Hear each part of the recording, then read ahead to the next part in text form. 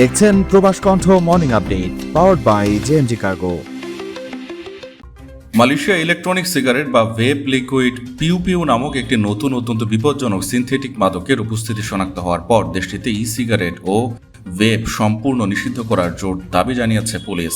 মালয়েশিয়ার স্থানীয় সংবাদ মাধ্যম ফ্রি মালয়েশিয়া ট্যুরের বরাতে জানা গেছে, গত বৃহস্পতিবার এক সংবাদ সম্মেলনে রয়্যাল মালয়েশিয়া পুলিশের ডেপুটি ইন্সপেক্টর জেনারেল আয়ুব খান মাইদিন পিচাই এই উদ্বেগের কথা জানান। তিনি জানান, এই নতুন সিনথেটিক মাদকটি মূলত ফেন্টানিল এবং সাইকোঅ্যাক্টিভ কেমিক্যালের একটি মিশ্রণ। এটি সেবনের ফলে মানুষের শরীরে তীব্র বিষক্রিয়া সৃষ্টি হতে পারে এবং ব্যবহারকারী সম্পূর্ণ অচেতন বা জম্বির মতো অবস্থায় চলে যেতে পারে।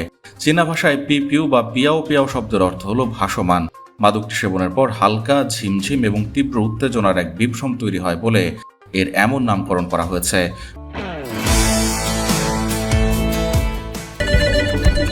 জি, আপনার শিপমেন্ট কল পাঠানো হবে।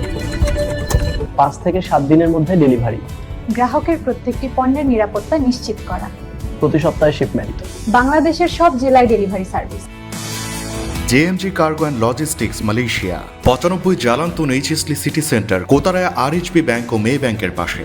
বিস্তারিত জানতে ও বুকিং দিতে হোয়াটসঅ্যাপ করুন। পুলিশ কর্মকর্তা আয়ুব খান বলেন, মাদক চক্রগুলো বর্তমানে ওয়েব ডিভাইসের মাধ্যমে এই ধরনের ট্রেন্ডি সাইকোঅ্যাক্টিভ মাদকগুলো তরুণদের মাঝে ছড়িয়ে দিচ্ছে। তিনি সাংবাদিকদের উদ্দেশ্যে বলেন, আজকের প্রধান বিষয় এটি নয় যে ওয়েব কোনো একটি নির্দিষ্ট গোষ্ঠীর জন্য ব্যবসার সুযোগ তৈরি করছে কিনা। আসল উদ্বেগের বিষয় হলো এই ডিভাইসগুলোতে নতুন মাদক বা এনপিএস মিশিয়ে ভয়াবহভাবে এর অপব্যবহার করা হচ্ছে। আয়ুব খান আরও জানান, মাদক চোরাচালান চক্রগুলো আইন প্রয়োগকারী সংস্থার চোখ ফাঁকি দিতে ওয়েবের ব্যবহারকে তাদের নতুন কৌশল হিসেবে বেছে নিয়েছে। তবে পুলিশ চাইলেও সরাসরি এই ডিভাইসগুলো নিষিদ্ধ করতে পারছে না, কারণ বিষয়টি স্বাস্থ্য মন্ত্রণালয় সহ অন্যান্য মন্ত্রণালয়ের এখতিয়ারভুক্ত।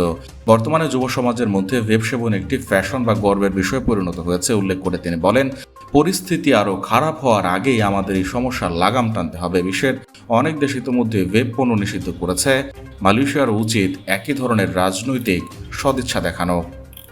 প্রবাস কণ্ঠ নিউজ ডেস্ক।